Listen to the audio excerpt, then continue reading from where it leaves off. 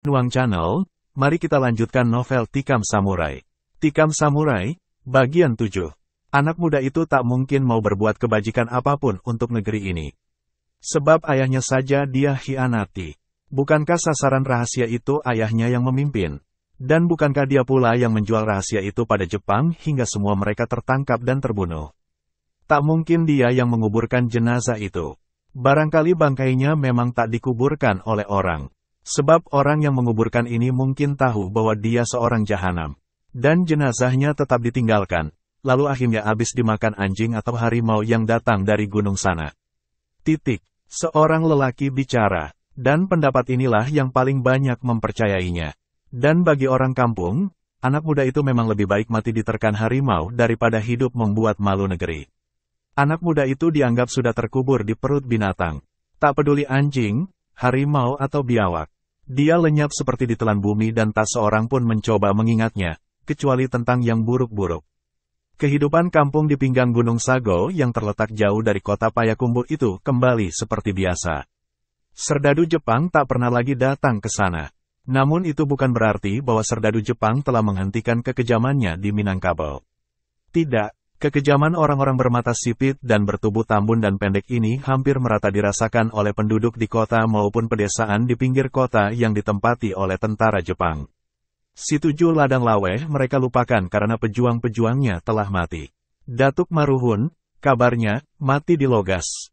Begitu juga teman-temannya. Namun di belantara Gunung Sago, anak muda yang mereka sangka telah mampus dan mayatnya dikunyah anjing atau biawak atau harimau itu, yang mereka sangka tak mungkin mau berbuat baik meski sebesar zarah pun, saat itu tengah duduk bersila.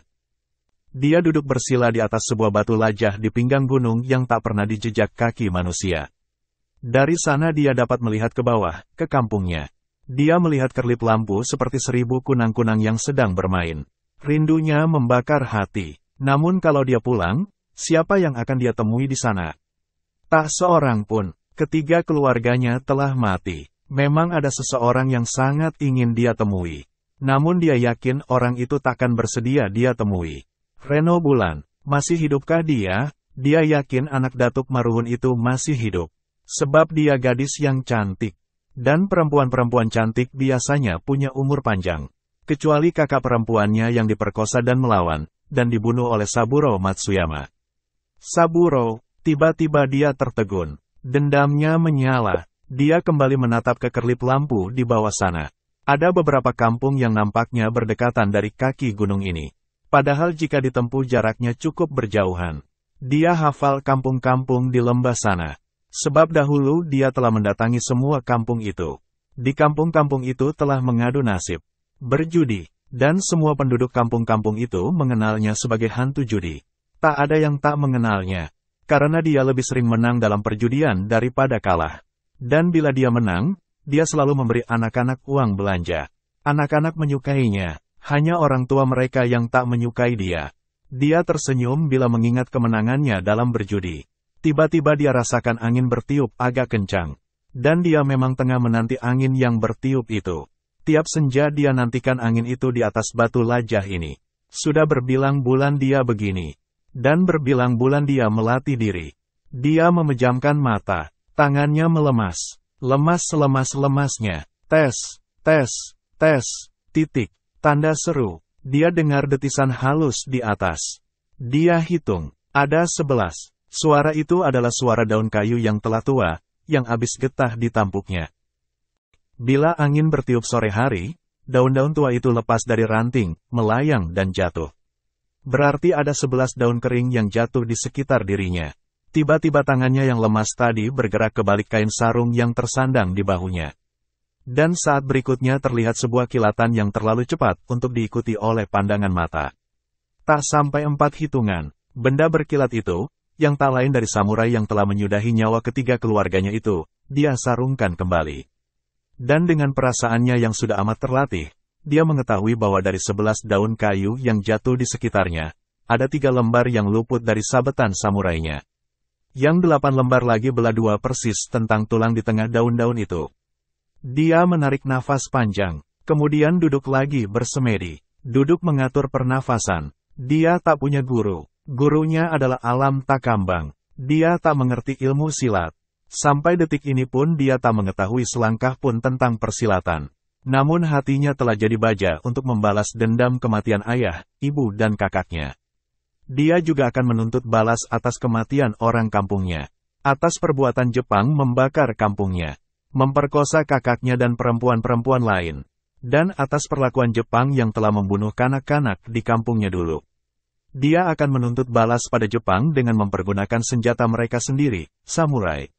Sudah berbilang bulan dia berada di gunung ini. Dan selama itu pula dia melatih diri. Yang terbayang olehnya adalah gerakan ayahnya ketika mengayun dan menikamkan samurai ke belakang. Yang menyebabkan matinya 2 orang serdadu Jepang sekaligus dalam perkelahian di halaman rumahnya dulu. Gerakan itu dia ulangi terus.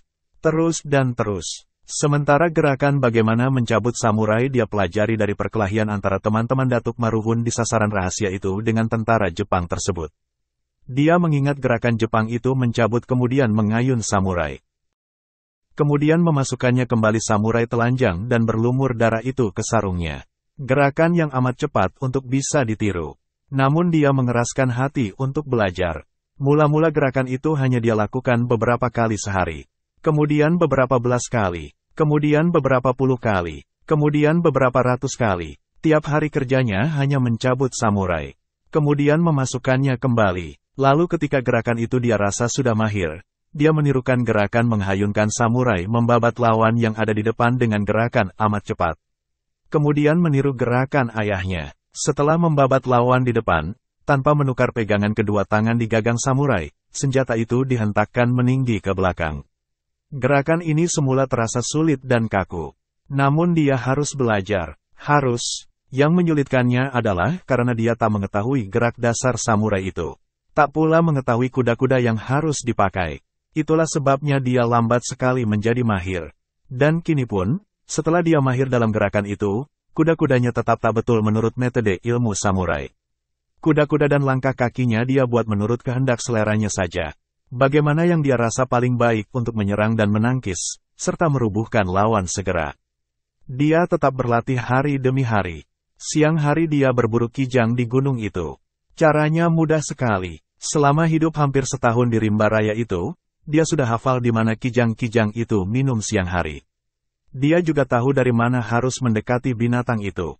Dia harus tegak di bawah angin, agar bau tubuhnya tak tercium oleh hewan itu. Pagi-pagi dia sudah duluan ke dekat kolam kecil itu. Tiarap di dalam semak rendah. Diam di sana seperti pohon mati. Tapi suatu hari dia mendapat cobaan. Yang datang minum ke sana bukannya kijang tetapi macan tutul. Hewan ini datang justru dari atas pohon di mana si bungsu sedang tiarap di bawahnya. Macan itu segera mengetahui kehadirannya. Dia menerkam si bungsu. Namun bagi si bungsu kecepatan macan ini tak ada artinya dibanding kecepatan yang telah dia miliki dalam mencabut dan mempergunakan samurai. Dia malah tetap berbaring diam ketika macan itu meloncatinya. Ketika tinggal sedepa lagi, saat itulah tangannya bergerak. 2 kali dia menghayun tangan, saat berikutnya samurainya masuk kembali ke sarangnya bersamaan dengan rubuh dan terpotong duanya tubuh macan tutul itu. Padahal dia masih setengah berbaring. Lagi pula, itulah pertama kali dia mempergunakan samurai rampasannya terhadap makhluk bernyawa. Siang itu dia tak makan daging kijang, melainkan makan daging macan tutul.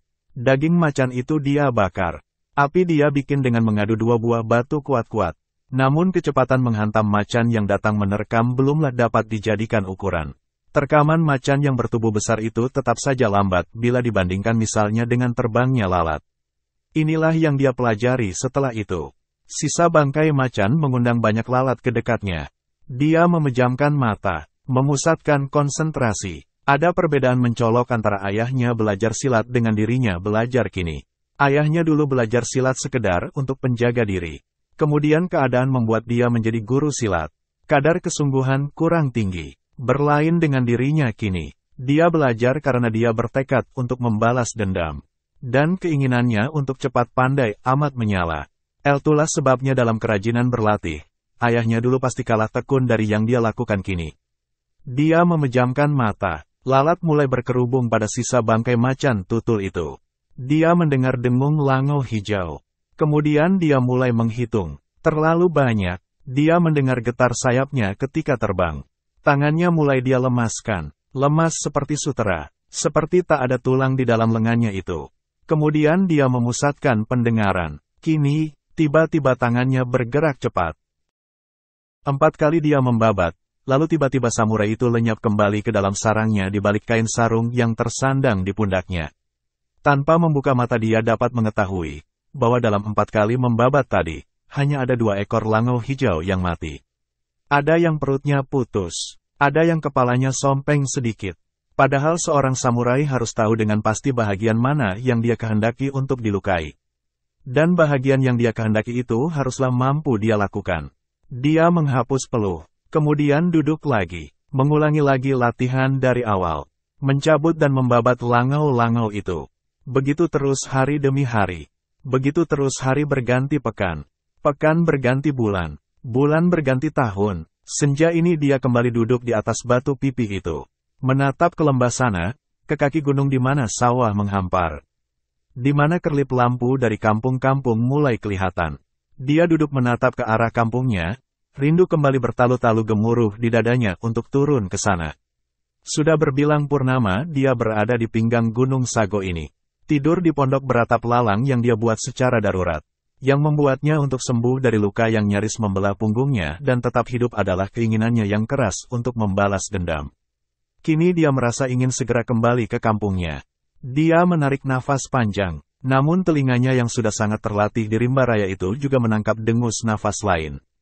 Dia tertegun, apakah dengus sebentar ini adalah dengus nafasnya sendiri yang terdengar sampai 2 kali. Dia tak berani menoleh, namun nalurinya mengatakan bahwa ada bahaya mengancam dirinya dari belakang. Tapi bahaya apakah itu? Kenapa dia tak mengetahuinya? Sudah belasan purnama dia duduk di sini.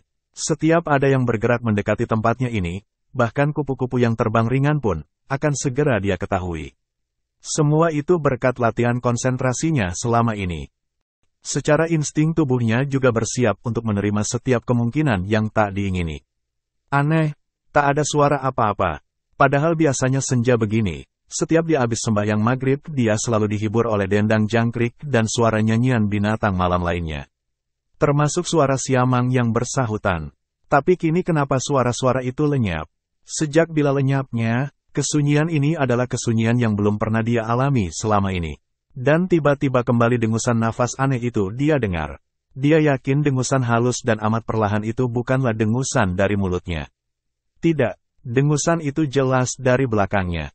Menurut perkiraannya, jarak antara dirinya yang duduk membelakang dengan makhluk yang mendengus itu paling-paling hanya 3 depa. 3 depa, ya Tuhan, bulu tengkuknya merinding abis. Kalau benar dugaannya, bahwa yang mendengus itu berada sekitar 3 depa di belakangnya, itu berarti, tamunya, itu telah berada di atas batu pipih besar di mana dia duduk, yang lebarnya sekitar 4 depa persegi. Dia duduk di bahagian ujung paling depan. Yang membuat dia kaget adalah kehadiran makhluk yang belum dia kenal itu di atas batu ini. Kenapa sampai tak terdengar olehnya sedikit pun? Krosak, tiba-tiba dia mendengar suara terpijaknya daun kering di bawah di sekitar batu di mana kini dia duduk. Meski amat perlahan, hampir-hampir tak terdengar oleh telinga orang biasa, namun dengan latihannya selama belasan purnama dia dapat menebak ada sekitar selusin kaki di bawah batu sana.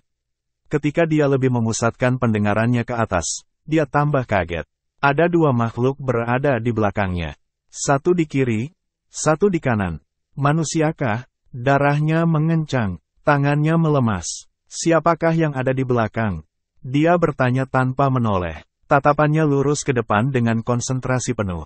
Tak ada jawaban. Dia segera tahu. Siapapun yang ada di belakangnya, pastilah tak berniat baik. Tangannya makin melemas dan terasa panas. Bulu tengkuknya makin merinding. Tiba-tiba dia merasakan ada angin menyambar. Dia tak segera mencabut samurainya. Namun dia berguling ke kanan. Gerakan itu dia pelajari dari tingkah 2 ekor tupai yang berkelahi di cabang pohon di dekat batu pipih ini. Dia amati perkelahian itu dengan seksama. Kemudian dia berlatih meniru cara bergulingan menyelamatkan diri itu, menyelingi latihan samurainya. Kini jurus berguling itu dia lakukan. Dia selamat dari terpaan makhluk itu. Kemudian dia duduk berlutut. Namun sebelum dia lihat siapa yang menyerang, kembali makhluk itu menyerangnya secepat kilat. Dia kembali mempergunakan gerak tupai itu. bergulung 2 kali ke kanan dan melambung tegak. Dan kini makhluk yang menyerang itu tegak 4 depa di depannya. Ya Allah, dia terpekik dan surut 2 langkah. Hampir saja dia terperosok jatuh dari atas batu. Makhluk itu, ya Tuhan, belum pernah dia melihat makhluk sedahsyat ini. Dalam sinar senja yang masih terang-terang tanah, dia lihat 2 makhluk yang luar biasa bentuknya. Harimau jadi-jadian, dia berbisik sendiri. Tanpa dapat dia kuasai, tangannya gemetar. Ya, di hadapannya, kini berdiri 2 harimau jadi-jadian. Kepalanya mirip kepala harimau. Tubuhnya berbulu mirip harimau. Namun dia tak berdiri di keempat kakinya. Makhluk ini berdiri di atas 2 kaki seperti manusia. Tangannya yang berbulu mirip tangan manusia. Demikian pula kakinya. Bulunya berbelang seperti harimau. Matanya merah berkilat. Kuku kaki dan kuku tangannya kelihatan menyembul runcing mengerikan. Makhluk ini kelihatan dahsyat di mata si bungsu. Dia tak dapat menahan gigilan tubuhnya. Sewaktu kecil di kampung dahulu, dia memang sering mendengar cerita tentang harimau jadi-jadian. Cindaku, kata orang-orang tua. Namun sejak dia dewasa, cerita itu tak pernah lagi dia dengar. Kalaupun ada, maka cerita itu hanya dimaksudkan sebagai menakuti anak-anak. Siapa menyangka, hari ini dia menyaksikan apa yang dianggap orang kampung itu sebagai dongeng, ternyata benar-benar ada. Dongeng itu bukan sekedar isapan jempol. Senja ini dia melihatnya dengan mata kepala sendiri. Dia melirik ke kanan. Jauh di bawah sana, dia lihat kampungnya.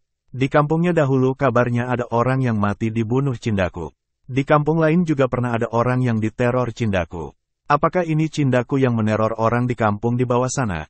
Kalau dilihat jarak antara gunung dengan kampung di bawah, nampaknya memang inilah Cindaku itu.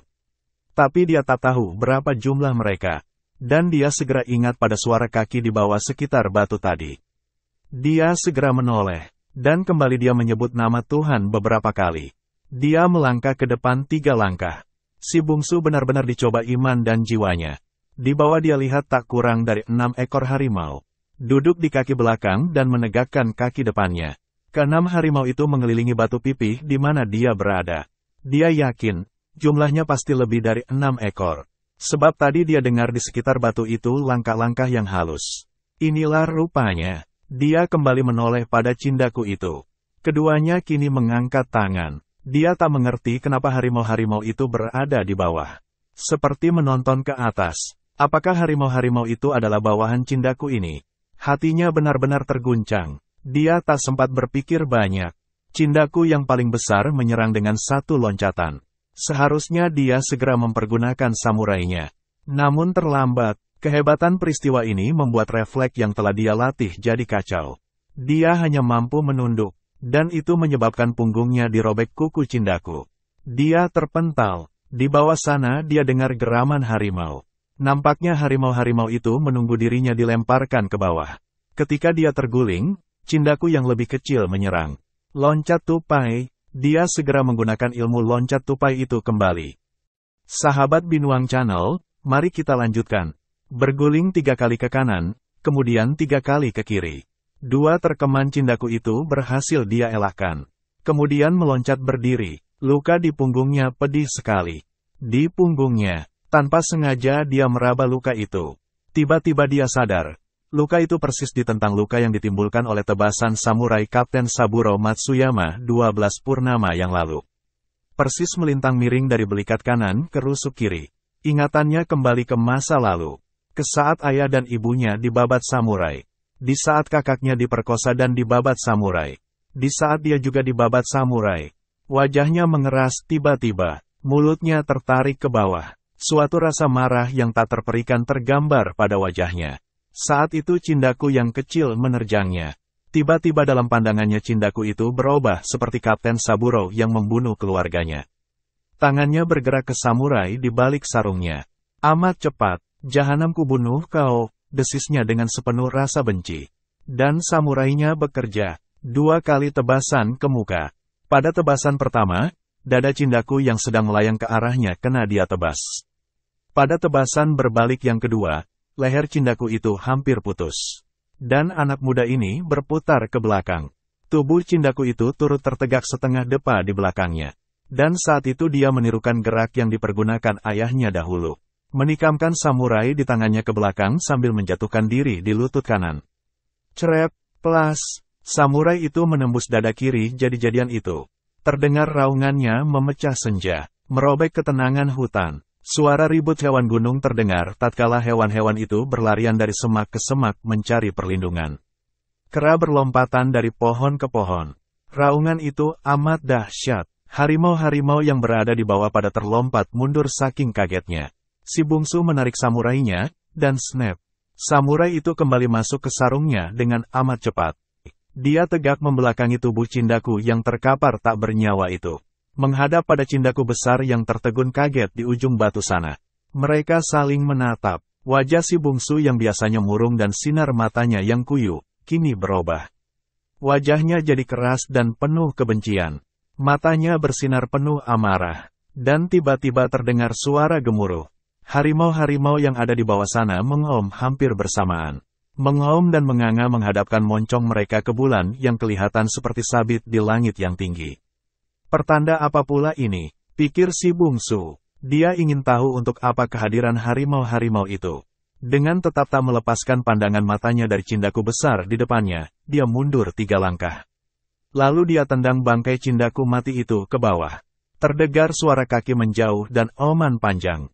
Lalu suara berkerosak. Suara saling rebut. Cindaku besar yang masih hidup di depannya mendengus dan menggeram. Nyata sekali dia jadi murka. Lalu tiba-tiba dia menyerang dengan loncatan panjang ke arah si bungsu.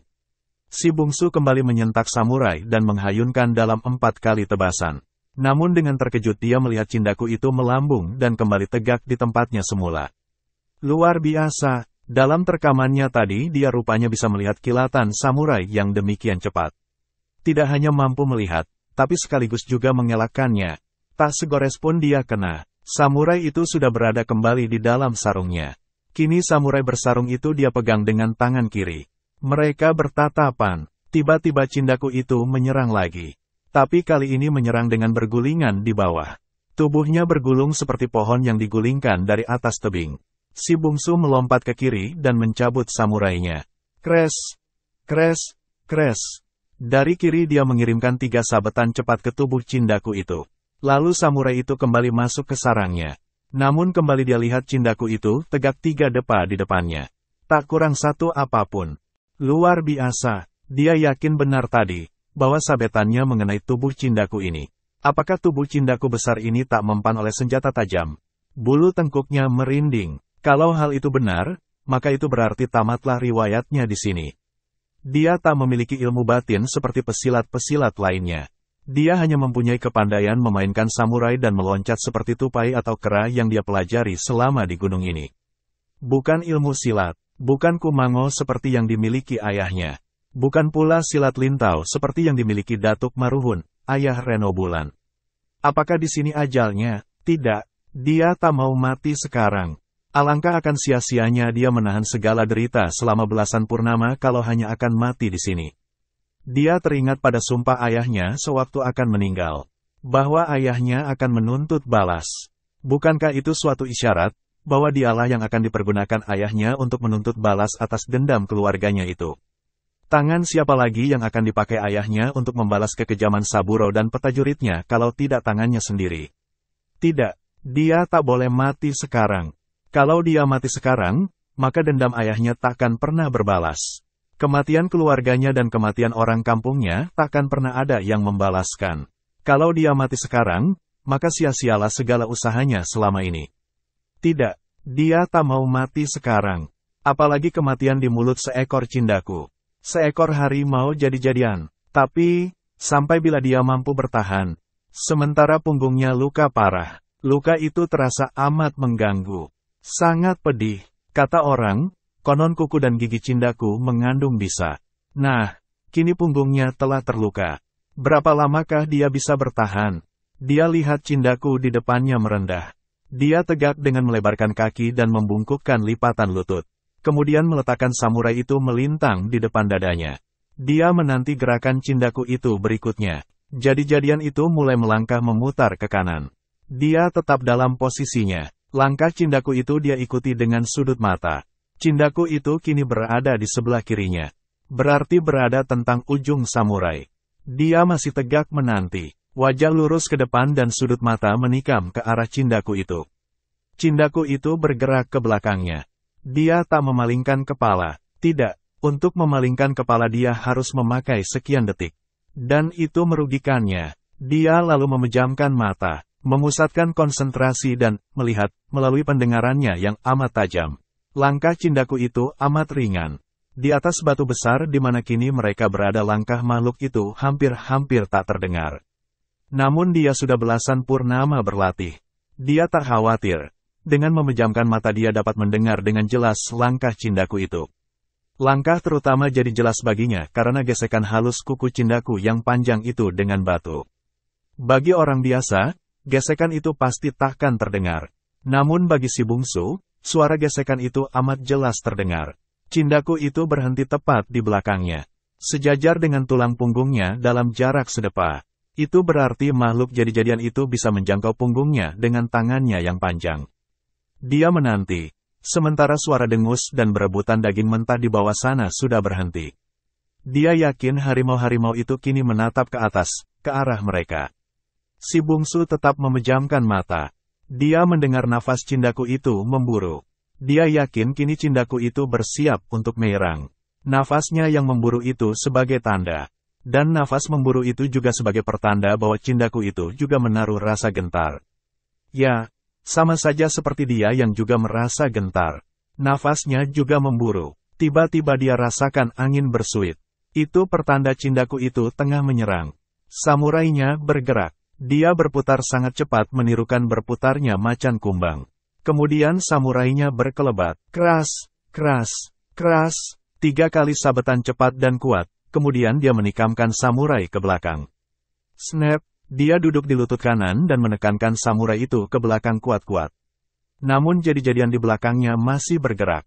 Dan tiba-tiba sebuah hantaman menerpa kepalanya. Dia terpekik dan terlempar ke batu. Samurainya lepas. Kulit kepalanya di bagian belakang terkelupas selebar telapak tangan. Buat sesaat dia nanar. Namun di antara rasa terkejutnya yang luar biasa, dia ingat bahwa dia harus tetap hidup. Dia sadar bahwa dirinya kini dalam keadaan kritis. Loncat tupai, gerak itu kembali dia lakukan. Berkali-kali gerakan tupai bergelut itu telah menyelamatkan dirinya. Kini begitu tubuhnya menghantam batu, dia bergulingan 3 kali ke kanan saat Cindaku itu menerkam. Seringan tupai dia bergulingan dengan lambungan sehasta 3 kali ke kiri. Kemudian berputar, Cindaku itu menerkam ke sana. Dia bersalto ke belakang, tegak di atas kedua kaki dengan lipatan lutut dibengkokkan. Cindaku itu tegak pula 4 depa di depannya. Dia hoyong, luka di punggung dan di belakang kepalanya mengucurkan banyak darah. Berdenyut-denyut, dia menatap Cindaku itu. Ternyata apa yang dia khawatirkan benar adanya. Cindaku itu tidak mempan oleh senjata tajam. Tidak mempan, ilmu Cindaku kecil tadi rupanya belum mencapai tingkat yang sempurna. Masih banyak kadar manusianya, itulah sebabnya dia termakan oleh senjata tajam. Tapi yang satu ini nampaknya sudah mencapai tingkatan yang tinggi. Tak lagi dimakan besi, kini si bungsu tidak lagi bersenjata selain sarung samurai. Samurainya sendiri berada sedepa di depannya. Berarti senjata itu berada di antara dia dengan Cindaku itu. Dia tak berani gegabah memungut senjata yang terletak sedepa di depannya itu. Tidak, itu akan memudahkan Cindaku itu menerkamnya. Dia makin lemah, dan rasa takut yang luar biasa menjalarinya. Dia takut mati. Tapi takut tak bisa membalaskan dendam keluarganya. Cindaku itu mulai lagi mempersiapkan diri untuk menyerang, si bungsu tetap tegak di tempatnya. Ketika Cindaku itu menggeser tegak ke kiri, dia menggeser tegaknya ke kanan. Jadi mereka bergerak searah. Dia bukannya tak tahu, bahwa Cindaku itu kembali ingin menyerangnya dari sebelah kiri. Yaitu di bagian rusuknya yang luka. Tapi dia sendiri juga punya maksud menggeser tegaknya ke kanan. Dia ingin meletakkan samurai itu di bahagian kirinya. 2 langkah, 3 langkah, 4. Dan tiba-tiba Cindaku itu menyerang. Loncat tupai, gerakan itu lagi-lagi menyelamatkan dirinya.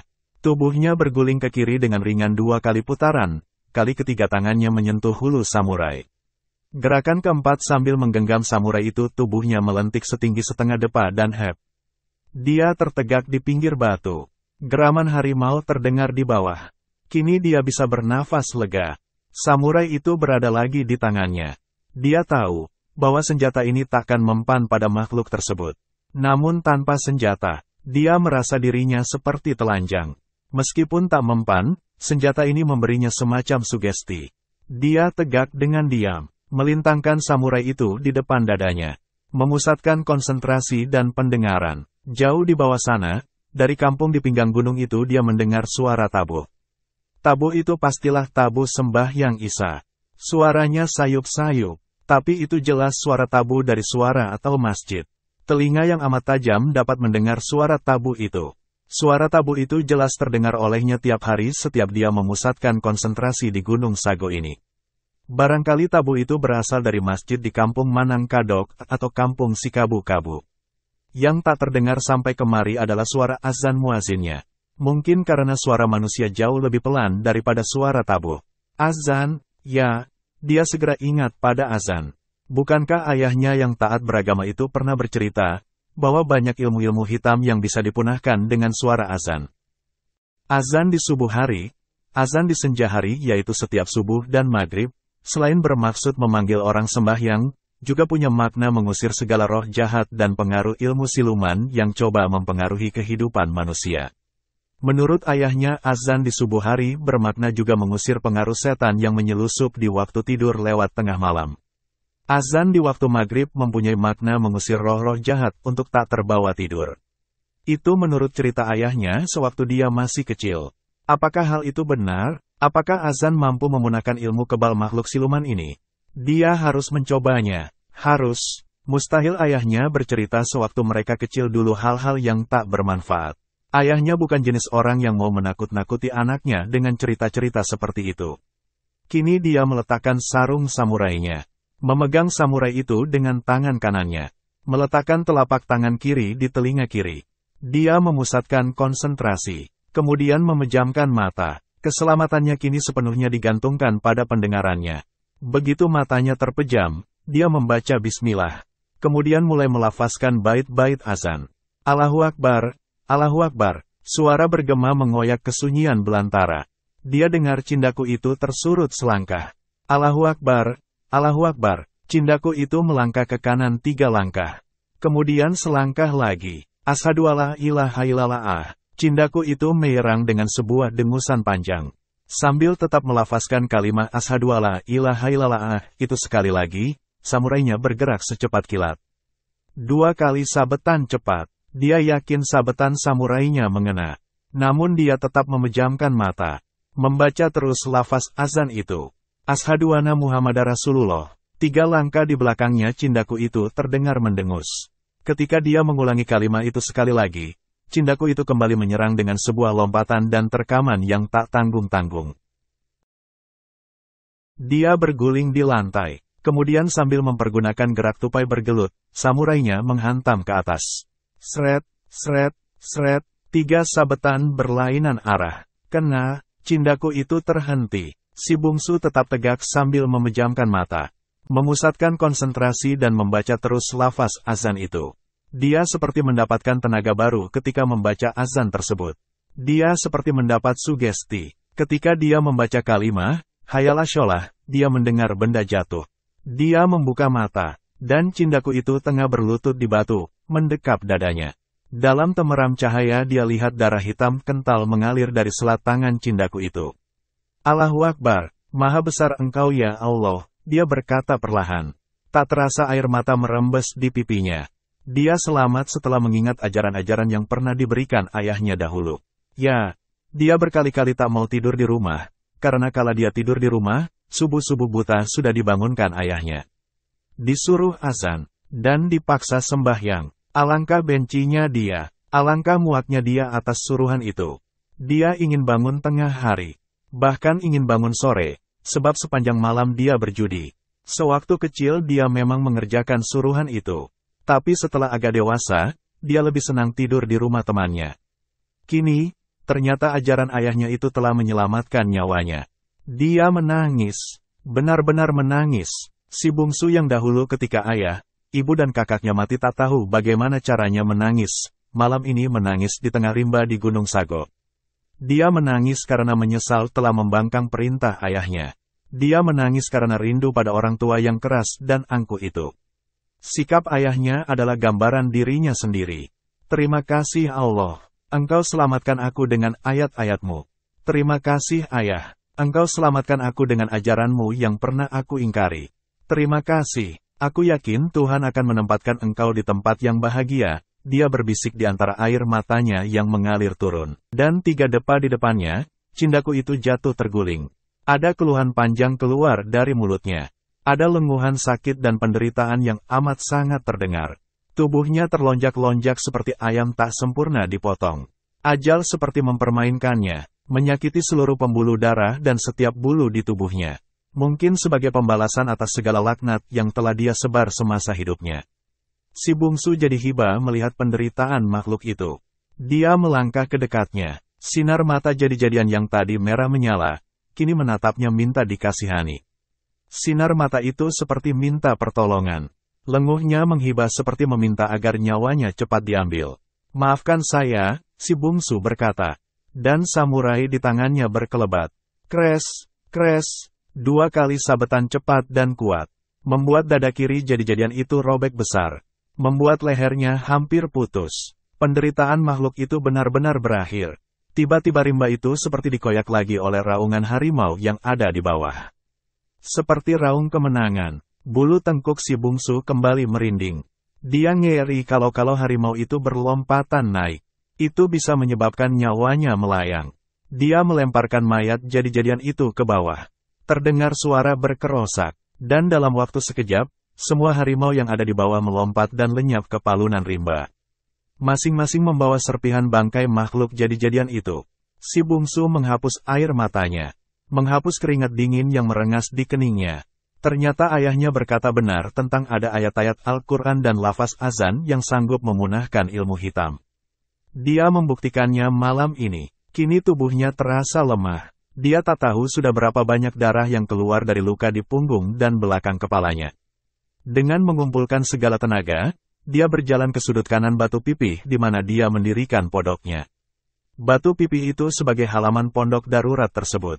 Di pondoknya dia menyimpan ramuan obat-obatan, obat yang dibuat dari ramuan daun dan kulit kayu. Dengan ramuan itu dahulu luka menganga bekas bacokan samurai Kapten Saburo Matsuyama dia obat. Dengan susah payah dia masuk, menggesekkan 2 batu api dengan sisa tenaganya untuk memasang damar yang dibuat dari getah kayu. Dengan sedikit sisa tenaga, sebisanya dia pergunakan untuk menempelkan ramuan obat kering itu ke lukanya. Kemudian dia berbaring, sakit, lelah dan tertidur. 3 hari dia diserang demam hebat. Tubuhnya panas dingin. Dia harus berjuang melawan maut. Untunglah daging macan tutul yang dia buat dendeng sangat membantu kesembuhannya. Daging macan itu berkhasiat melawan bisa dan racun. Daging itu juga membuat daya tahan tubuh melebihi manusia biasa. Dia mengunyah dendeng harimau itu sambil terbaring diam. Hari keempat dia mulai berangsur sembuh. Namun masih belum mampu untuk berdiri. Tapi di pagi keempat dia bisa lagi menikmati kicau burung. Menikmati pekik siamang dan cericit burung punai dan balam, yang barangkali puluhan banyaknya di atas pohon rimbun dekat pondoknya. Burung-burung itu menyanyi di sana. Berlompatan dari cabang ke cabang. Memakan buahnya yang kecil-kecil. Kini dia bisa tersenyum mendengar dendang sahabat-sahabatnya itu. Ya, selama belasan purnama di gunung ini, sahabatnya adalah hewan-hewan yang ada. Burung, tupai, beruk, siamang, kijang bahkan terkadang harimau dan ular. Sementara di kampungnya dia tak punya sahabat seorang pun. Kehadirannya pertama kali memang mengejutkan dan dimusuhi oleh penghuni-penghuni gunung tersebut. Mereka seperti sangat keberatan atas kehadiran pihak lain di tempat mereka yang selalu aman itu. Tak jarang harimau dan ular berniat menerkamnya. Namun di bulan-bulan pertama itu, si bungsu memilih diam saja di dalam pondoknya. Kalaupun dia keluar, itu hanya untuk berlatih di batu pipih di depan pondoknya. Kalau akan minum dia cukup pergi ke sudut selatan batu lebar tersebut. Di bahagian itu ada air mengalir dari batu di atas batu lajah itu. Air itu nampaknya mengalir dari puncak gunung. Tak terlalu besar, namun airnya jernih, sejuk dan segar. Di sudut selatan itu ada kolam kecil yang terbentuk karena tikaman air terjun, mungkin sudah ratusan tahun. Lebar kolam itu tak lebih dari 3 depa persegi, dengan dalam sedepa. Di dalam tebat batu alam itu hidup ikan kecil-kecil, tak lebih dari sebesar telapak tangan. Ikan-ikan yang alangkah indah warnanya. Ada yang hijau bercampur merah, seperti bendera. Ada yang hitam dengan biru dan merah, bergaris-garis seperti ragi kain. Ketika pertama kali dia mandi di dalam tebat itu, ikan itu berlarian ketakutan. Mungkin menyangka dia sejenis makhluk gergasi yang akan menelan mereka. Namun dari hari terbilang purnama, akhirnya ikan-ikan itu jadi sahabatnya. Jika dia mandi, ikan-ikan itu selalu bersamaan berenang dan membenturkan kepala mereka ke perut si bungsu. Si bungsu terpekik-pekik kegelian. Ikan-ikan itu mengulangi lagi tingkah mereka. Sebaliknya, lama-lama si bungsu berhasil dengan mudah menangkap ikan tersebut. Terkadang dia berhasil menangkap 4 ekor. Kecepatan tangannya terlatih berkat biasa dan diulang berkali-kali hari demi hari. Ku gulai kalian, ku makan kalian dengan tulang-tulang kalian, dia berseru sambil memegang ikan-ikan itu. Ikan-ikan tersebut menggelepar-gelepar ingin melepaskan diri. Nampak seperti ketakutan. Dengan tertawa si bungsu melepaskan ikan-ikan itu kembali. Dan mereka kembali berenang dan membenturkan diri ke perut si bungsu. Terkadang menggigit daging perutnya, membuat si bungsu kembali terpekik-pekik. Demikian persahabatan aneh itu terjalin. Begitu juga dengan burung-burung, tupai dan musang. Semuanya sangat indah. Seindah bila dia melihat ke kampung-kampung di bawah sana. Kalau siang dia lihat asap mengepul. Mungkin dari ladang, dan mungkin dari dapur di rumah. Dari batu pipi ini, dia dapat melihat dengan jelas kampung-kampung di kaki Gunung Sago itu. Dia dapat melihat rumah atau kerlip lampu di malam hari dari kampung Sikabu-Kabu, Situjua Ladang Laweh, Tungka, Manangkadok, Padang Mangatas, Tabing, Sungai Kumayang, Tanjung Haro, Halaban atau Situjuh Batur. Dari atas sini semua terlihat indah. Asap yang membawa harumnya jagung dari pembakaran di ladang-ladang. Dia sepertinya mencium bau harumnya jagung panggang. Atau nikmatnya rasa gelamai. Semua rasanya menghimbaunya untuk segera turun. Namun dia harus bertahan beberapa waktu lagi di atas ini. Memang tak ada yang melarangnya untuk turun. Dia bisa pergi setiap saat bila dia mau. Namun yang menahannya adalah hatinya sendiri. Dia tak akan turun sebelum dia merasa yakin akan mampu menuntut balas dendam keluarganya. Dia takkan turun sebelum dia yakin akan bisa menyaingi kemahiran Saburo Matsuyama mempergunakan samurai dalam perkelahian. Dia harus mampu, sebab ayahnya telah bersumpah untuk membalas dendam. Ayahnya telah bersumpah untuk membunuh Saburo dengan samurai. Sumpah ayahnya itu dia dengar nyata. Bukankah itu suatu isyarat padanya, agar melaksanakan perintah ayah yang tak pernah dia patuhi suruhannya selama ayahnya hidup? Dia harus melaksanakan niat ayahnya. Hanya itu yang bisa dia lakukan untuk menebus segala dosa yang pernah dia buat pada si ayah. Semasa dia hidup dia tak pernah menyenangkan hati ayahnya. Kini setelah orang tua itu mati, dia ingin melaksanakan niat ayahnya. Dia ingin berbuat baik padanya. Dari podoknya tak jauh di depannya dia lihat 2 ekor tupai bergelut bekejaran. Saling terkam, bergulingan, lepas, terkam lagi, bergulingan lagi. Lambat-lambat dia melangkah keluar. Kedua tupai itu masih berlarian, masih bergelut, masih bergulingan, meloncat, melambung dan menerkam. Dia memperhatikan kembali dengan seksama. Gerakan itu seperti sengaja diperlihatkan kepadanya berulang-ulang. Dan gerakan itu telah dia tiru berkali-kali, sampai mahir. Ya, gerakan yang telah menyelamatkan nyawanya dalam perkelahian dengan cindaku itu dia tiru dari gerakan 2 tupai itu. Suatu hari dia melihat keduanya berkelahi di cabang pohon. Berkelahi dengan sengit, saling loncat, saling terkam, bergulung dan melambung di cabang pohon. Namun tak seekor pun yang jatuh. Mereka nampaknya memiliki ilmu keseimbangan yang sempurna. Kemudian dia menirukan gerakan itu. Mula-mula sudah tentu tak berkelincitan. Tubuhnya berkelukuran. Namun berbulan-bulan setelah itu dia jadi bisa. Dan anehnya, tanpa dia sangka kedua tupai itu ternyata memperhatikan setiap tingkah lakunya. Kemudian kedua tupai itu sering bergelut di batu lajah itu. Seperti memberikan petunjuk dan pelajaran baru padanya. Dan tentu saja dia mengikutinya. Dan tupai-tupai itu kemudian menjadi sahabat dan gurunya. Terima kasih, saya akan ingat selalu atas pelajaran yang kalian berikan, ujarnya suatu hari. Kedua tupai itu menjilat kaki depan mereka. Kemudian meloncat pergi. Dia melambai meskipun tupai itu tak melihat lagi padanya. Dia menatap pada burung-burung yang bernyanyi di pohon. Menatap pada ikan-ikan kecil di tebat alam di atas batu itu. Menatap dan mencium dengan segenap rasa terima kasih bau harumnya hutan belantara itu. Ini adalah hari-hari terakhir dia berada di Gunung Sago itu. Dia tak pernah punya guru secara langsung. Gurunya adalah alam terkembang. Dia lihat Jepang berkelahi mempergunakan samurai. Dia tiru gerakan itu. Dia lihat ayahnya berkelahi menikamkan samurai. Dia tiru cara mernikaman samurai itu. Dia lihat tupai berkelahi dan bergulingan. Dia tiru gerakan itu. Tuhan menjadikan alam ini untuk dipelajari. Dan dia belajar banyak sekali padanya. Banyak hikmah tersembunyi di balik alam semesta ini.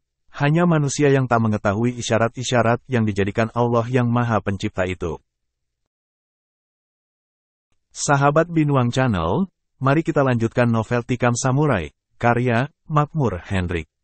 Tikam Samurai, bagian 8. Kampung itu telah ramai sekali.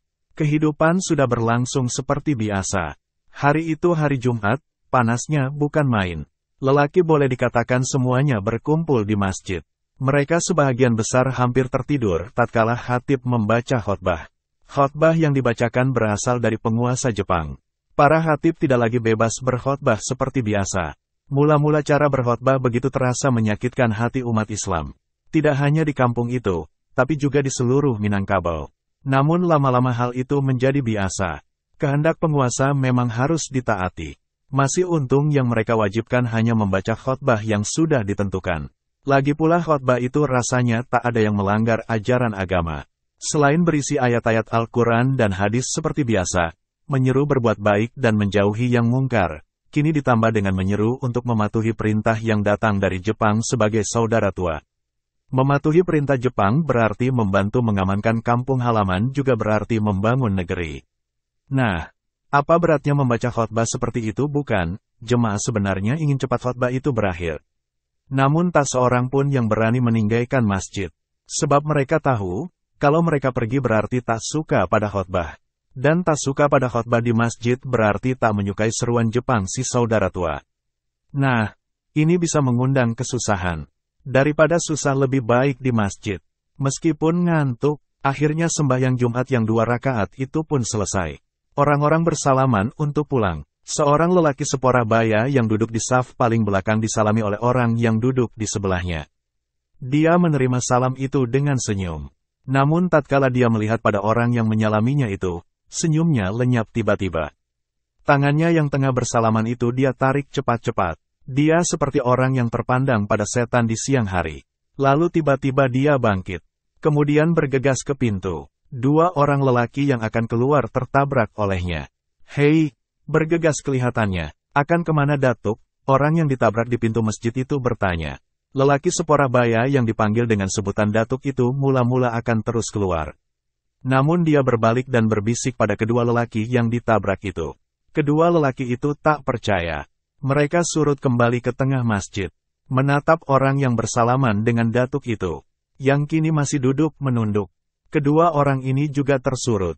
Kemudian cepat-cepat berlalu. Sudah tentu sikap ini menarik perhatian yang lain. Dan beberapa orang meniru perbuatannya pula. Berbalik ke tengah masjid dan melihat pada orang yang masih duduk menunduk itu. Kemudian juga mereka seperti melihat setan. Lalu keluar cepat-cepat. Dalam waktu yang singkat, hampir semua lelaki di kampung itu, yang datang sembahyang Jumat ke masjid, mengetahui bahwa si bungsu laknat anak Datuk berbangsa itu ternyata masih hidup, dan kini dia kembali ke kampung ini. Ada perasaan tak sedap dan tak aman di hati hampir seluruh lelaki kampung atas kehadiran si bungsu. Anak muda itu masih duduk di tengah masjid. Duduk dengan kepala menunduk. Dia tahu tadi orang memperhatikannya. Dia tahu orang berbisik membencinya. Dan itulah kini yang dia renungkan. Dia menyangka dengan masuknya rumah Allah ini perasaannya akan tentram. Dia menyangka bahwa di rumah Allah ini semua insan sama. Bukankah setiap kaum muslim itu bersaudara? Dan bukankah masjid ini adalah lambang dari persaudaraan orang Islam? Mengapa kebencian di luar sana harus dibawa ke rumah suci ini? Atau di rumah Allah ini pun manusia sebenarnya tak bisa melepaskan dirinya dari sikap manusia yang hewani. Saling membenci, saling dengki, saling atas mengatasi, saling himpit-menghimpit. Atau barangkali dia tak dianggap sebagai seorang muslim. Engkau itu bungsu. Tiba-tiba suara lembut menyapa. Menyadarkan dirinya dari lamunan, dia mengangkat kepala. Dan matanya tertatap pada imam yang barusan menyapa. Imam itu masih duduk di depan, di dekat mihrab. Benar, saya inilah Pak Haji, dia berkata sambil kembali menunduk. Sudah lama kau tiba di kampung ini. Aneh, suara imam itu tetap lembut. Tak ada nada permusuhan sedikitpun. Saya tiba malam tadi Pak, katanya masih tetap menunduk. Angkat kepalamu bungsu, ini rumah Allah. Di sini setiap manusia sama nilainya. Mereka hanya berbeda amalnya di sisi Allah. Imam itu seperti bisa membaca yang tersirat di hatinya. Dia mengangkat kepala, menatap imam itu dengan heran. Disenangi, dibenci, dipuja, disanjung, dilupakan, dicaci maki, atau tak diacuhkan. Itulah yang dinamakan kehidupan bungsu. Manusia harus berjuang di antara kemungkinan-kemungkinan itu. Orang takkan mulia karena pujian. Sebaliknya orang juga takkan mati karena caci maki. Si bungsu termenung. Dalam masjid itu tak ada orang lain. Hanya dia dan imam itu saja. Di mana engkau malam tadi? Imam itu bertanya lagi. Di surau lama di hilir kampung ini Pak Haji. Masih senang main koa atau dadu? Dia menggeleng. Kepalanya kembali menunduk. Kenapa tak terus ke rumahmu? Saya sudah sampai di sana Pak Haji. Tapi saya lihat ada orang yang menunggu. Saya tak berani membangunkan mereka. Saya tak tahu siapa yang telah menghuni. Yang menghuni adalah Sultan Lembang. Menantu mamakmu Datuk Sati. Semua orang di kampung ini menyangka engkau telah mati. Jadi seluruh pusaka keluargamu menurut adat jatuh pada kakak lelaki ibumu. Dia punya rumah banyak. Karena itu rumah ibumu disuruh tunggunya pada anak perempuannya. Istri Sultan Lembang. Ada yang ingin saya tanyakan pada Pak Imam. Tentang kuburan ayah, ibu dan kakakmu yang di tengah laman rumah itu. Si bungsu kaget. Alangkah tajamnya firasat imam ini. Dia memang akan menanyakan kuburan itu. Malam tadi dalam cahaya rembulan, kuburan itu tak dia lihat lagi di tengah halaman itu. Padahal dulu di sanalah dia menguburkan ayah, ibu dan kakaknya. Benar, saya ingin tahu di mana kini kuburan mereka. Akhirnya dia berkata juga. Dahulu mereka kau kuburkan di tengah halaman bukan? Dan kakakmu dekat jenjang. Benar begitu. Kembali dia terkejut mendengar ketepatan terkaan Haji ini. Benar Pak Haji. Dan seorang anak yang kau kubur dekat pohon gajus di sebelah sekolah. 2 orang perempuan di bawah batang manggis. 3 orang lelaki dekat kandang kerbau. Begitu bukan bungsu? Apakah Pak Haji ada waktu saya menguburkan mereka? Si bungsu bertanya di antara rasa kaget dan herannya. Haji itu menarik nafas panjang. Kemudian berkata perlahan, Allah Maha Besar. Hari ini Allah membuktikan apa yang kuduga selama ini. Terima kasih bungsu. Engkau telah menyelenggarakan mayat-mayat itu dengan baik. Salah satu lelaki yang kau kubur itu adalah adikku. Dan anak itu adalah ponakanku. Terima kasih. Saya sudah menduga sejak semula, bahwa kaulah yang menguburkan mereka. Sebab saat itu semua kami sudah melarikan diri. Kami lihat kau kena hantam samurai. Ketika kami kembali sebulan kemudian, kuburan itu kami gali kembali. Kami pindahkan ke pekuburan kaum. Ternyata mayatmu tak kami jumpai. Semua orang menyangka mayatmu diseret binatang ke kaki gunung dan memamahnya di sana. Namun aku menduga, engkau pasti selamat. Dan engkaulah yang menguburkan mereka. Aku tak tahu bagaimana caramu menguburkan mayat sebanyak itu dalam keadaan luka. Dan aku juga tak tahu berapa lama waktu kau perlukan untuk mengubur mereka. Namun aku yakin, pekerjaan itu pastilah pekerjaan yang tak mudah bagimu, mengingat lukamu yang parah itu. Sekali lagi terima kasih nak, atas bantuanmu mengubur mayat ponakanku, mayat adikku, dan mayat seluruh penduduk yang terbunuh. Kau selenggarakan mayat mereka. Meskipun semasa hidupnya mereka selalu membencimu. Tuhan akan membalas budimu nak.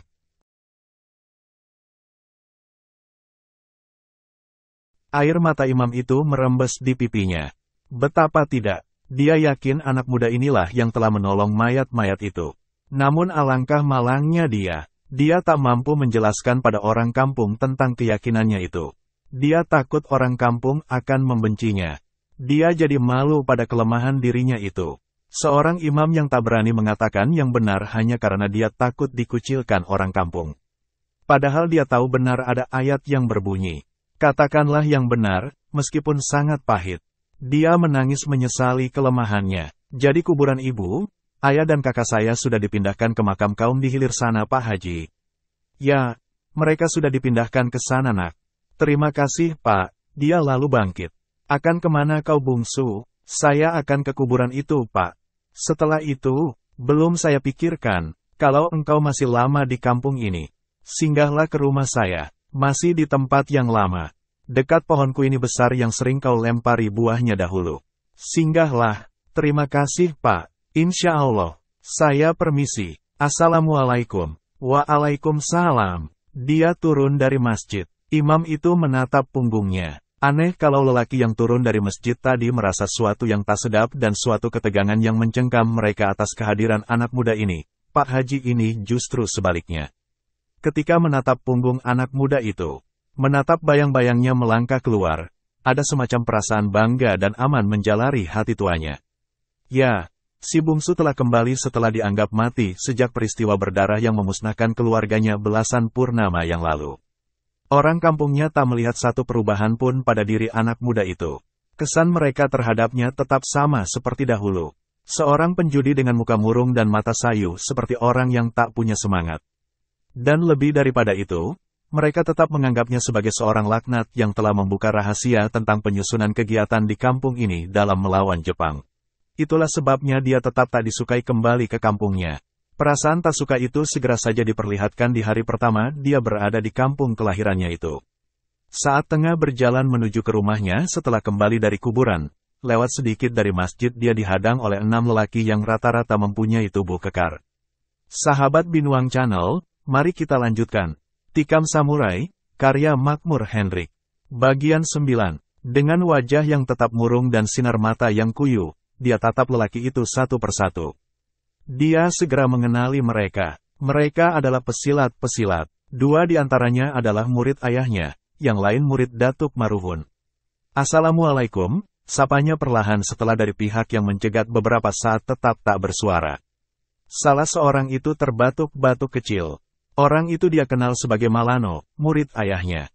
"Apa perlumu kemari, bungsu?" Malano bertanya. Alangkah menyakitkannya pertanyaan itu. Ini adalah kampung halamannya. Tempat dia dilahirkan dan dibesarkan. Kini dia pulang ke kampungnya untuk melihat pusara ayah, ibu dan kakaknya.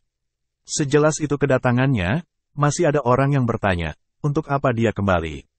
Namun meski pahit sekali pertanyaan itu, dengan kepala masih menunduk dia tetap menjawab dengan suara yang rendah.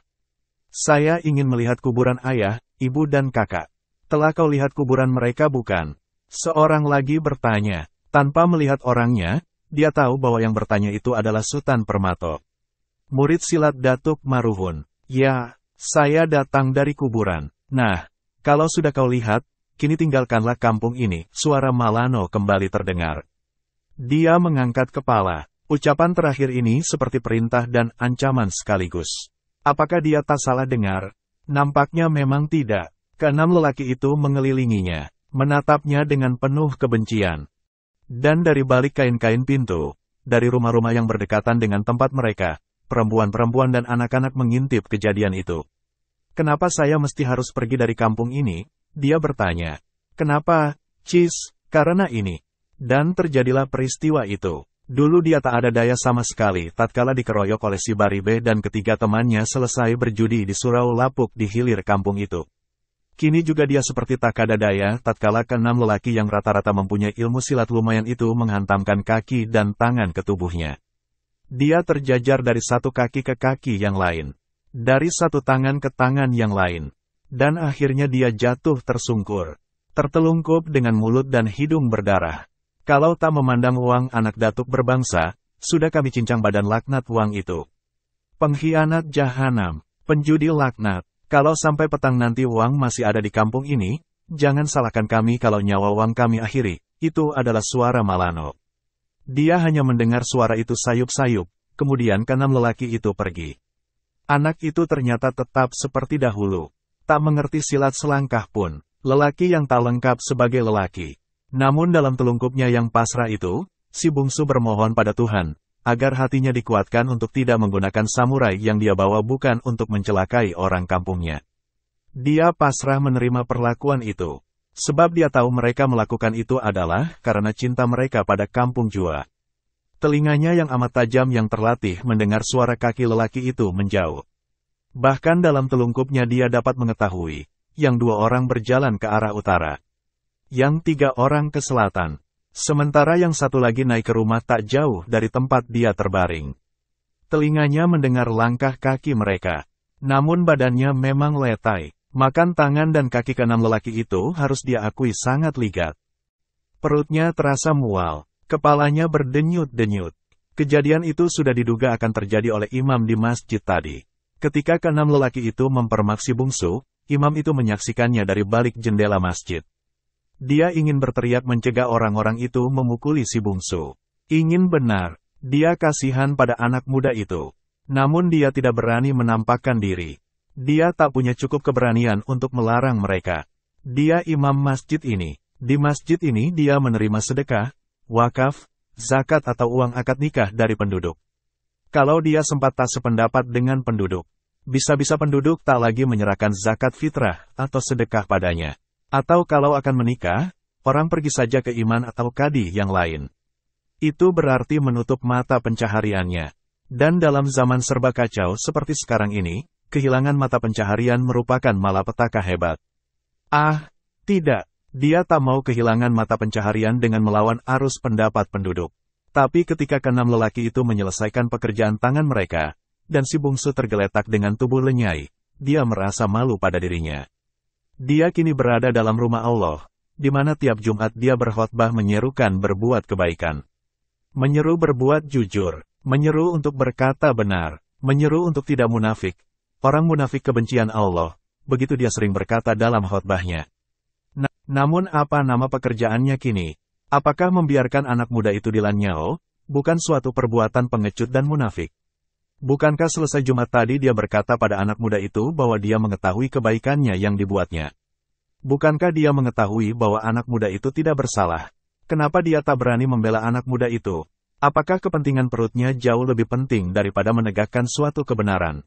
Ah, tiba-tiba dia menjadi malu berada dalam rumah Allah ini. Ampunkan hambamu yang lemah ini ya Allah, bisiknya sambil melangkah turun. Dia melangkah ke arah si bungsu yang masih tertelungkup. Dia tahu, dari balik pintu dan jendela rumah-rumah penduduk banyak orang yang mengintip. Dan itu juga berarti mengintip padanya yang kini berjongkok dekat tubuh si bungsu. Bungsu, dia memanggil sambil membalikkan tubuh si bungsu. Dia merasa hibah melihat hidung dan bibirnya yang berdarah. Bangkitlah, mari ke rumah saya. Anak muda itu bangkit dengan berpegang kuat-kuat pada tubuh imam itu. Imam itu sudah tua, tubuhnya sudah lemah. Namun kali ini tubuhnya seperti mendapat tenaga baru untuk memapa anak muda itu ke rumahnya. Di jenjang dia berhenti, sengaja dilayangkan pandangannya keliling, menatap ke rumah-rumah sekitarnya dengan kepala tegak. Seperti ingin mengatakan pada orang yang mengintip itu, bahwa dia membela anak muda ini. Masih bersama Binuang Channel, mari kita lanjutkan. Tikam Samurai, karya Makmur Hendrik, bagian 10. Saleha, buka pintu, dia memanggil ke rumah. Seorang gadis membuka pintu dengan ragu-ragu. Gadis berkulit kuning berwajah bundar itu menatap pada ayahnya, kemudian menatap ke rumah-rumah di sekitarnya dengan perasaan cemas. Bukalah, sediakan air panas di panci dan kain bersih. Cepat, gadis itu cepat menghilang ke belakang saat ayahnya membawa si bungsu naik dan mendudukkannya di ruang tengah, di atas tikar pandan yang bersih. Saleha muncul lagi membawa baskom dengan air hangat-hangat kuku serta sehelai kain lap bersih. Bapak akan susah karena bantuan Bapak ini. Si bungsu berkata perlahan untuk pertama kali gadis anak imam itu menatap padanya. Pada wajahnya yang memar dan mulut serta hidungnya yang berdarah. Si bungsu juga menatap padanya. Mereka sebenarnya sudah saling mengenal bertahun-tahun. Bukankah mereka tinggal sekampung? Hanya saja alangkah asingnya dia terasa di kampung ini. Dan gadis ini, anak imam yang merupakan salah satu bunga di kampungnya ini, juga menatapnya dengan perasaan asing. Terima kasih atas air dan kain lapnya Saleha, dia berkata perlahan. Gadis itu tak menjawab. Dia masih menatapnya diam-diam, memperhatikan anak muda yang oleh orang kampung disebut telah menjual kampung ini pada Jepang beberapa waktu yang lalu. menatap pada anak muda yang terkenal pemain judi nomor 1 itu. Sediakan nasi, kami akan makan bersama. Mana Sawal? Imam itu memberi perintah, sekaligus bertanya sambil membersihkan muka si bungsu. Saleha masih terdiam. Dia heran kenapa ayahnya mau membantu sampai membersihkan wajah penjudi ini. Kemana Sawal? Kembali imam itu bertanya. Sudah sejak kepetang dia tidak pulang, sediakanlah nasi. Namun sebelum Saleha beranjak, pintu digedor orang dari luar. Wajah Saleha berubah pucat. Demikian juga imam itu. Pak Imam, cepat buka pintu, terdengar suara lelaki dari luar. Mereka berpandangan. Si bungsu bersandar, menatap pada Iman dan Saleha yang pucat. Dan tiba-tiba tanpa dibuka, pintu didobrak dari luar. 2 orang lelaki masuk. Si bungsu segera mengenalnya sebagai orang yang tadi ikut mengeroyoknya. Kedua lelaki itu sejenak tertegun memandangnya. Ada apa Leman? Imam tersebut bertanya sambil berdiri. Sawal Pak Imam, ada apa dengan Sawal? Dia ditangkap Kempetai bersama Malano. Saleha terpekik. Imam itu sendiri tertegun. Nama Kempetai membuat tubuhnya jadi lemah. Intel tentara Jepang itu terkenal kekejamannya. Tentara pilihan saja yang dapat masuk menjadi Kempetai. Pilihan dalam bela diri dan kejamnya. Kalau Kempetai sudah turun tangan, itu berarti mati. Mengapa dia sampai ditangkap Kempetai? Imam itu bertanya dengan lemah. 2 malam yang lalu dia mencuri senjata Jepang di Kubu Gadang. Bersama Malano dan beberapa pejuang kita. 2 orang sudah tertangkap. Senjata yang berhasil dicuri hanya 6 pucuk.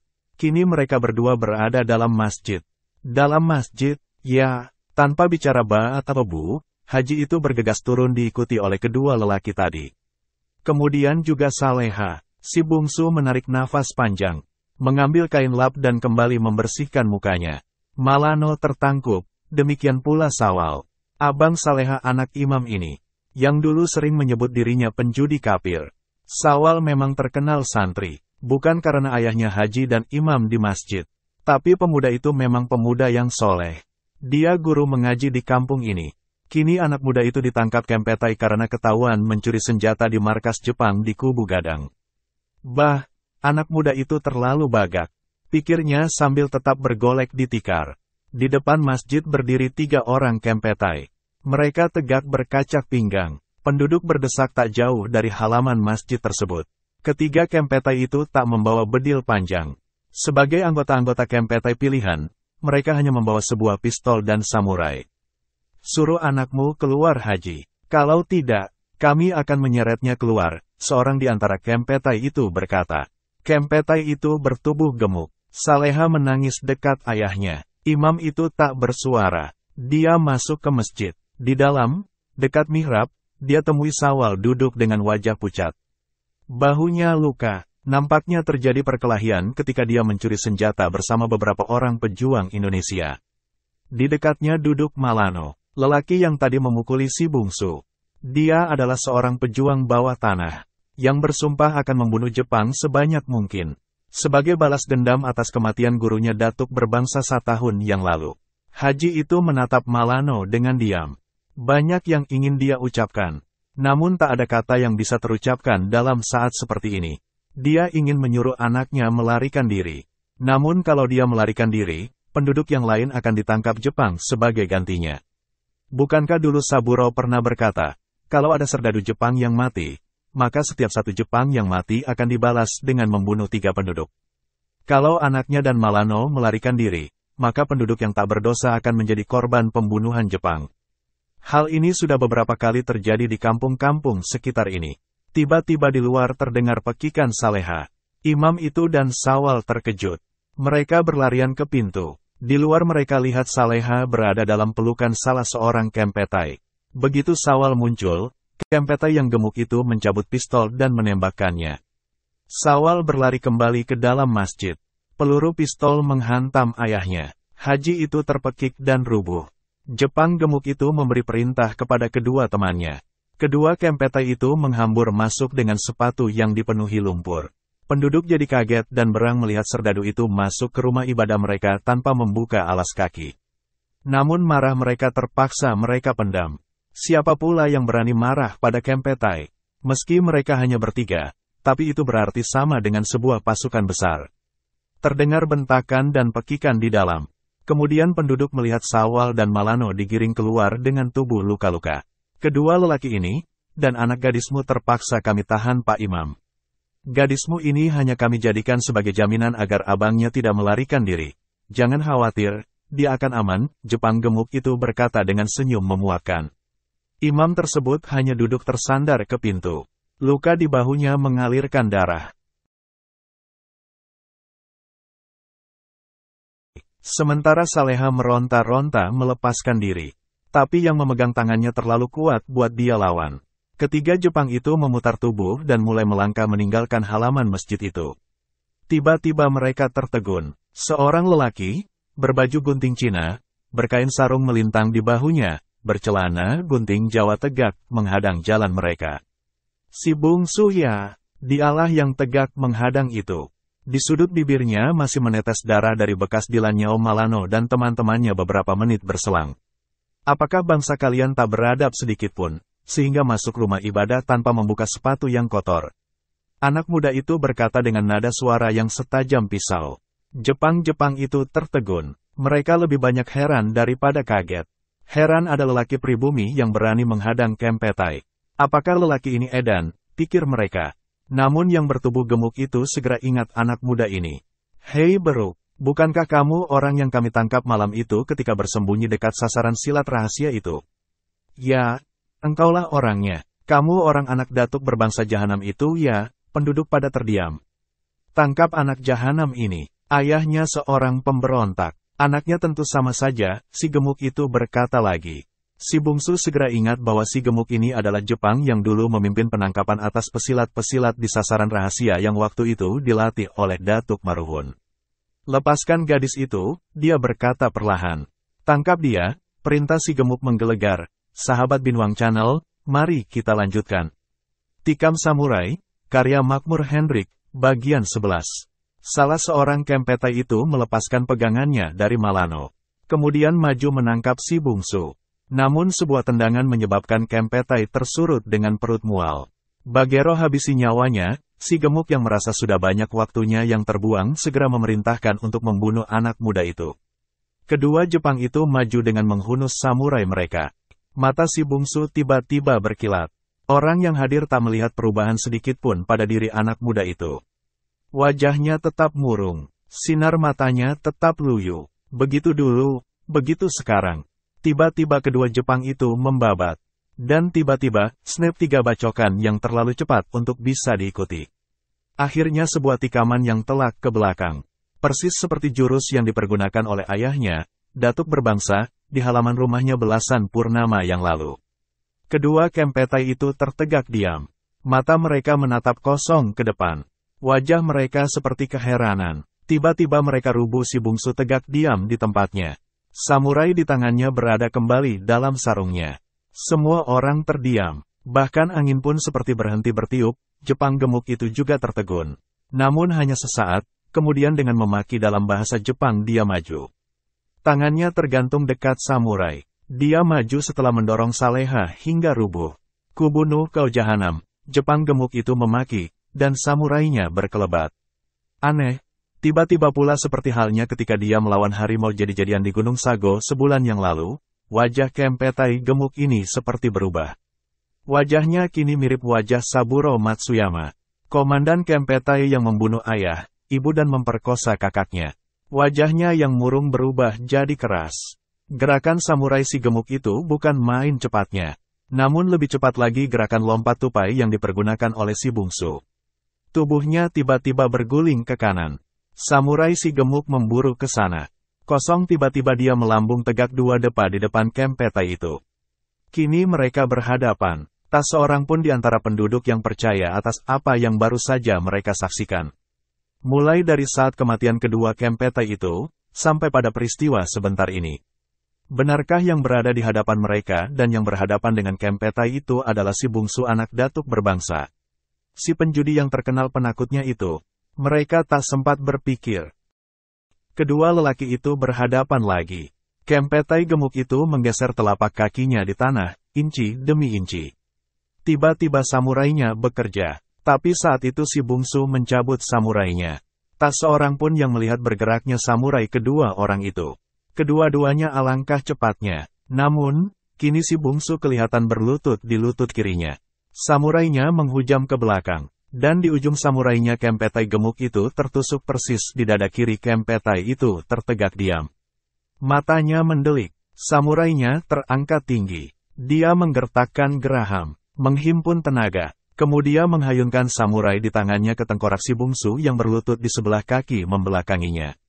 Saleha terpekik. Begitu pula beberapa perempuan yang tegak dengan kaku di sekitar halaman masjid itu. Namun hayunan samurai si gemuk hanya sampai separuh. Kempetai itu rubuh ke tanah. Si bungsu menyentakkan samurainya dan dengan amat cepat memasukkan kembali ke sarungnya. Gerakan cepat bungsu mencabut samurainya di awal pertarungan tadi membuat konsentrasi si gemuk terganggu. Itulah salah satu sebab kenapa serangannya tak terarah. Tak pernah dia sangka sedikitpun. Bahkan hampir tak masuk di akal. Ada penduduk pribumi yang masih sangat muda memiliki kecepatan luar biasa mempergunakan samurai. Lebih cepat dari seorang Kempetai, apakah ini bisa terjadi? Ketika kedua anak buahnya meninggal tadi, sebenarnya dia sudah merasa heran. Kuda-kuda dan langkah kaki anak muda ini tak menurut aturan dan teori seorang samurai. Nampaknya asal melangkah saja, bahkan beberapa gerakannya terlihat canggung dan lucu. Tapi kenapa dia bisa secepat itu? Kempetai gemuk itu tak sempat mengambil kesimpulan atas pertanyaan di kepalanya. Dia keburu mati. Kalau Kempetai itu sudah menganggap bahwa si bungsu terlalu cepat dengan samurainya, maka penduduk kampung itu benar-benar tak tahu apa yang terjadi. Mereka melihat si bungsu hanya sekali memegang samurai terhunus, yaitu ketika dia menikamkan samurai itu pada si gemuk di belakangnya. Kemudian samurai itu disentakkan, dan lenyap ke dalam sarungnya. Kini anak muda itu seperti hanya memegang sebuah tongkat kayu yang panjangnya kurang sedepak. Si bungsu tegak di antara mayat-mayat Kempetai itu. Menatap pada Saleha, kemudian pada Sawal dan Malano. Sementara mereka membalas tatapannya dalam diam. Mereka benar-benar takjub. Kejadian ini terlalu luar biasa bagi mereka. Anak muda itu masih tegak dengan muka murung. Lalu si bungsu menoleh pada imam yang masih tersandar di pintu masjid. Saya rasa Kempetai ini hanya datang bertiga. Mudah-mudahan yang lain tak tahu. Kuburkan mereka jauh-jauh. Lenyapkan segala tanda kedatangan mereka kemari. Jangan sampai yang lain tahu. Kalau mereka tahu mereka mati di sini, yang lain akan mereka bunuh. Terima kasih atas bantuan Pak Imam pada saya, lalu dia menoleh pada Sawal. Tinggalkan kampung ini buat sementara, agar Jepang-Jepang itu tak curiga. Kemudian dia menghadap lagi pada Malano yang tadi melayaninya dengan tangan. Terima kasih Malano, engkau seorang pejuang. Ayah pasti bangga mempunyai murid seperti engkau. Siang tadi kalian memberiku waktu sampai sore untuk berada di kampung ini. Sudah tiba saatnya bagi saya untuk pergi. Lalu dia memandang pada Saleha. Gadis itu juga menatap padanya. Terima kasih Saleha, atas air hangat dan kain lap yang engkau berikan tadi. Tak ada yang menjawab, tak ada yang bersuara, dan anak muda itu berjalan menuju hilir kampung. Suaranya tadi terdengar tenang, tak ada nada dendam, tak ada nada sakit hati. Dia tetap seperti dahulu, wajahnya tetap murung dengan tatapan mata yang kuyu. Ya, tak ada yang berubah pada dirinya. Dia tetap seperti dulu. Bedanya kini hanyalah samurai di tangan dan bara dendam di hatinya si bungsu makin lama makin jauh. Semua orang ingin memanggil dan berkata agar dia jangan pergi. Semua orang ingin minta maaf atas apa yang telah mereka perlakukan terhadap anak muda itu. Saleha, Malano, Sawal, semuanya. Namun tak seorang pun yang mampu membuka mulut. Tak ada suara yang mampu diucapkan. Tak tahu bagaimana cara memulai kalimat. Imam ayah Saleha itulah yang bicara. Dia bicara perlahan, di antara air matanya yang mengalir turun dia bicara dari pintu masjid, sambil bersandar ke pintu dan memegangi luka di dadanya. Setahun yang lalu, ketika semua kita melarikan diri dari kampung ini, dialah yang menguburkan jenazah anak kemenakan kalian. Dialah yang menguburkan suami dan istri kalian. Dia tak ingin mayat-mayat itu dimakan binatang buas. Dia kuburkan mereka dalam keadaan dirinya sendiri luka parah. Bukankah engkau Datuk Labi yang melihat bahwa dia kena bacokan samurai sebelum engkau sendiri melarikan diri? Meninggalkan kakak perempuanmu diperkosa dan dibunuh tentara Jepang. Kemudian engkau pula yang mengatakan pada orang kampung bahwa tak mungkin dia menguburkannya.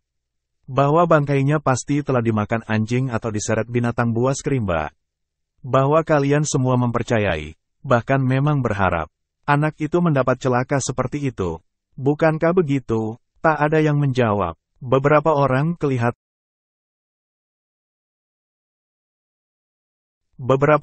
kelihatan menghapuskan air mata. Imam itu juga menghapus air mata di pipinya yang tua. Tiba-tiba dia menjadi muak melihat orang kampungnya ini. Dia juga muak pada dirinya.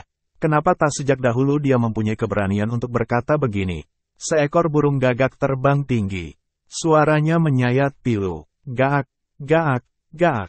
Di ujung sana, tubuh si bungsu lenyap di balik tikungan.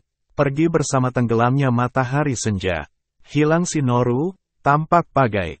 Hilang di lamun-lamun ombak. Hilang si bungsu Karano Sansai, hilang di mata orang banyak.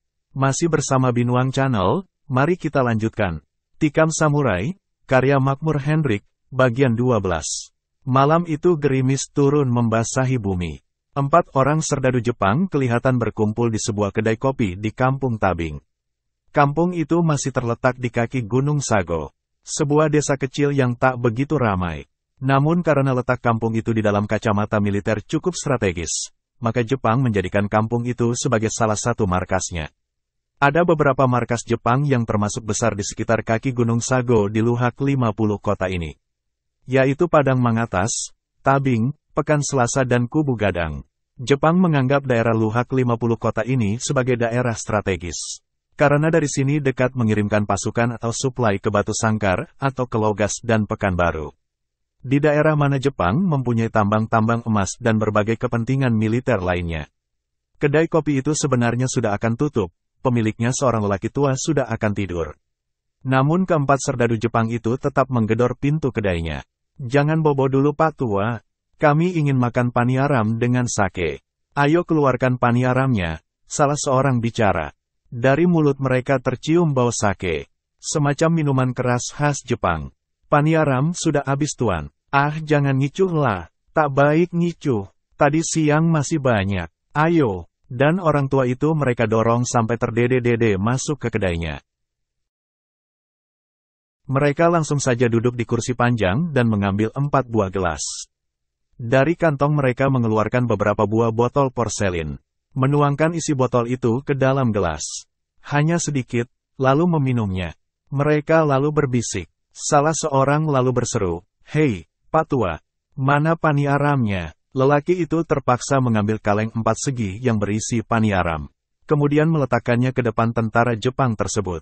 Mana Siti Pak Tua? Suruh dia membuatkan kami kopi, hati Gaik itu jadi tak sedap. Siti adalah anak gadisnya. Biasanya dia berada di Padang Panjang. Sekolah diniyah putri di sana. Tapi sejak Jepang masuk, dia merasa anak gadisnya tak aman di sana. Lagi pula, banyak orang tua yang menyuruh pulang anak-anaknya yang sekolah jauh. Pak Tua ini juga menjemput Siti. Dan selama di kampung dia lebih banyak di rumah. Tak ada lagi air panas untuk membuat kopi Tuan, dia masih coba mengelak. Tapi terus terang saja hatinya sangat kecut. Keganasan Jepang terhadap perempuan bukan rahasia lagi. Meskipun belum lewat 2 tahun mereka di Minangkabau ini. Beberapa hari yang lalu, 2 orang penduduk yang dituduh mencuri senjata di Kubu Gadang, dipenggal di tepi Batang Agam. Dan segera saja tentara Jepang itu memaki. Belasan perempuan, tak peduli gadis atau bini orang, telah jadi korban perkosaan. Jangan banyak cincong Pak Tua. Suruh anakmu turun membuatkan kopi untuk kami, bentak salah seorang tentara itu. Lelaki tua itu tak punya pilihan lain selain menyuruh anaknya turun dan membuatkan kopi. Siti memakai pakaian yang buruk, mengusutkan rambutnya kemudian turun membuatkan kopi. Namun meski dia berusaha memburuk-burukkan badannya dan pakaian yang dia pakai longgar, tetap tak dapat menyembunyikan kecantikan dan kepadatan tubuhnya. Tak dapat menghilangkan bahwa pinggulnya padat berisi. Dadanya sedang ranum. Semua itu masih jelas terbayang. Bahkan makin merangsang dalam cahaya pelita yang teram-temaram dalam kedai kecil itu. Ketika dia lewat hendak ke dapur di dekat keempat serdadu itu, dengan kurang ajar sekali yang seorang meremas pinggulnya. Yang seorang dengan cepat mencubit dadanya, gadis ini terpekik dan menangis. Dia segera akan lari ke atas rumahnya kembali. Namun dia terpekik lagi ketika larinya dihadang oleh sebuah samurai. Samurai itu berkelebat, dan ujung kain batik yang dia pakai sebagai selendang putus dapat dibayangkan betapa tajamnya senjata itu. Kau Siti, dan kau juga Pak Tua, jangan banyak tingkah. Kami ingin minum kopi, makan paniaram sediakan cepat kalau tidak ingin dimakan mata samurai ini. Siti menggigil, ayahnya mengangguk tanda menyuruh. Sambil menangis terisak-isak, gadis berumur 17 tahun itu menghidupkan api untuk membuat kopi. Assalamualaikum, tiba-tiba terdengar suara perlahan dari luar. Tak ada yang menyahut kecuali tolehan kepala. Lelaki tua itu, anak gadisnya, dan keempat serdadu Jepang itu menoleh ke pintu. Di ambang pintu muncul seorang lelaki muda dengan wajah murung. Matanya yang kuyu menatap isi kedai. Dia memandang pada Siti. Sebentar saja, tapi dia melihat pipi gadis itu basah. Dia memandang pada pemilik kedai. Kemudian pada keempat serdadu itu. Dia mengangguk memberi hormat. Anggukan pelan saja. Meski tak dibalas, dia melangkah masuk. Di tangannya ada sebuah tongkat kayu. Keempat serdadu Jepang itu kembali meminum sake mereka. Nampaknya minta kopi hanya sekedar untuk menyuruh anak gadis itu untuk turun ke kedai ini saja. Untuk minum mereka mempunyai sake. Anak muda yang baru masuk itu duduk di sudut kedai. Membelakangi pada keempat serdadu itu. Apakah saya bisa minta kopi secangkir upik? Dia bertanya perlahan pada Siti yang duduk dekat tungku menunggu air, sedepa di sampingnya. Gadis itu menoleh padanya. Anak muda itu menunduk. Seperti sedang melihat daun meja. Gadis itu tak menyahut, meski dia yakin anak muda itu tak melihat anggukannya. Dia mengangguk juga sebagai tanda akan menyediakan kopi yang diminta. Meski menunduk, anak muda itu dapat melihat anggukan gadis itu. Hei Pak Tua, bukankah Sumite yang bertubuh gemuk itu minum di sini 5 hari yang lalu? Tentara Jepang itu bertanya pada lelaki pemilik kedai. Lelaki itu tak segera menjawab. Sumite, Kempetai yang bertubuh gemuk itu. Bukankah dia minum bersama 2 orang anak buahnya di sini 5 hari yang lalu? Pemilik kedai itu segera tahu siapa yang ditanyakan Jepang itu. Kempetai bertubuh gemuk itu memang minum di sini 5 hari yang lalu. Kemudian dia pergi. Tapi sejak hari itu, Kempetai itu lenyap tak berbekas. Dia harus hati-hati menjawab, jangan sampai dia berurusan pula ke Kempetai nanti. Kempetai telah datang kemari 2 kali. Dia menjawab seadanya, ya Tuan. Dia minum di sini bersama 2 orang temannya. Tak ada dia mengatakan kemana dia akan pergi. Tak ada Tuan, nah, dia lenyap tak berbekas. Dia diperintahkan untuk menangkap 2 orang lelaki yang mencuri senjata di kampung di kaki gunung sana.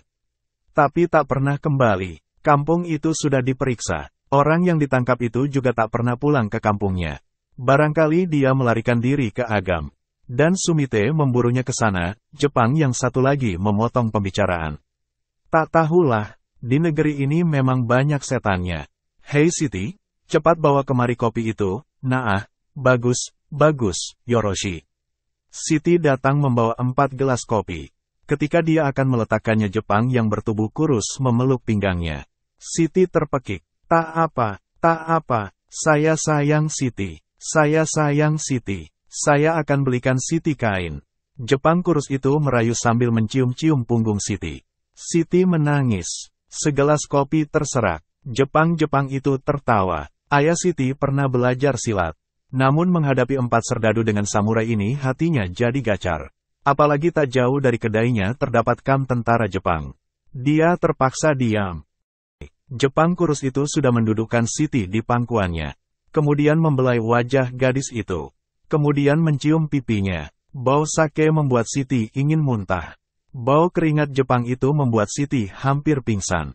Mana kopi saya Siti? Tiba-tiba terdengar suara dari belakang Jepang-Jepang itu.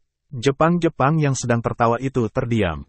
Mereka menoleh, dan melihat pada lelaki yang masuk tadi yang duduk menunduk membelakangi mereka. Di kanannya di atas meja kelihatan tongkat kayu melintang. Dialah yang barusan minta kopi pada Siti. Kamu orang bicara sebentar ini? Si kurus bicara, ya. Orang itu menjawab perlahan, apa bicara kamu orang? Saya tadi meminta kopi. Dan Siti terlalu lama. Kamu bisa bikin sendiri kopi. Itu ada air di tungku. Tidak, saya meminta Siti yang membikinkan. Siti ada perlu dengan saya. Tidak, dia harus membikin kopi untuk saya. Bagero, kurang ajar. Siti mana kopi saya? anak muda itu tetap tenang dan menunduk tanpa mengacuhkan Jepang yang berang itu. Siti melepaskan dirinya dari pelukan Jepang tersebut. Namun si kurus mendorong tubuh Siti ke pangkuan temannya satu lagi. Lalu dia sendiri tegak dengan gelas kopi di tangannya. Jepang itu berjalan ke arah anak muda yang meminta kopi itu. Kau minta kopi ya, ini minumlah. Bersambung.